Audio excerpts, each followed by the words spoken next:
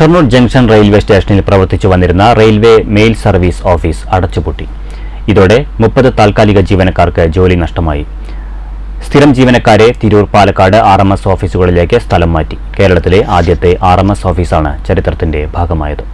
Registered തപാൽ ഉരുപ്പടികൾ speed തപാൽ ഉരുപ്പടികളുമായി merge ചെയ്ത് സ്പീഡ് പോസ്റ്റ് ഹബ്ബുകളിലേക്ക് മാറ്റാനുള്ള തപാൽ വകുപ്പിന്റെ നടപടിക്രമത്തിന്റെ ഭാഗമായാണ് ഷൊർണൂരിലെ RMS ഓഫീസ് പൂട്ടിയത്.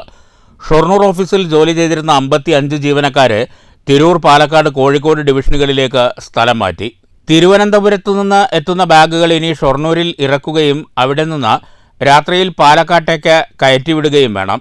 ഇവയെല്ലാം പാലക്കാട്ട് നിന്ന് നടപടികൾ പൂർത്തീകരിച്ച ശേഷം മാത്രമാണ് വീണ്ടും ഷൊർണൂരിലേക്ക് അയക്കുക. ഷൊർണൂർ RMSന് കീഴിൽ 54 പോസ്റ്റ് ഓഫീസാണ് ഉൾപ്പെടുന്നത്.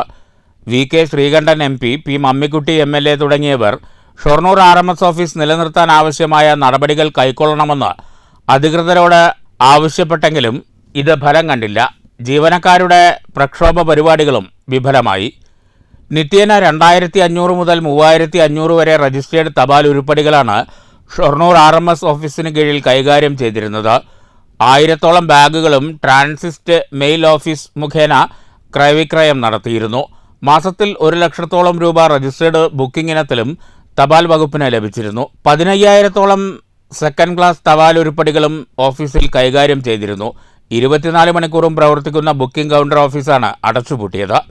1950കളിൽ മദ്രാസ് ഡിവിഷന് കീഴിൽ ആരംഭിച്ച ഷൊർണൂരിലെ ഓഫീസ് കേരളത്തിലെ ഏറ്റവും പഴക്കം ചെന്ന RMS ഓഫീസാണ്.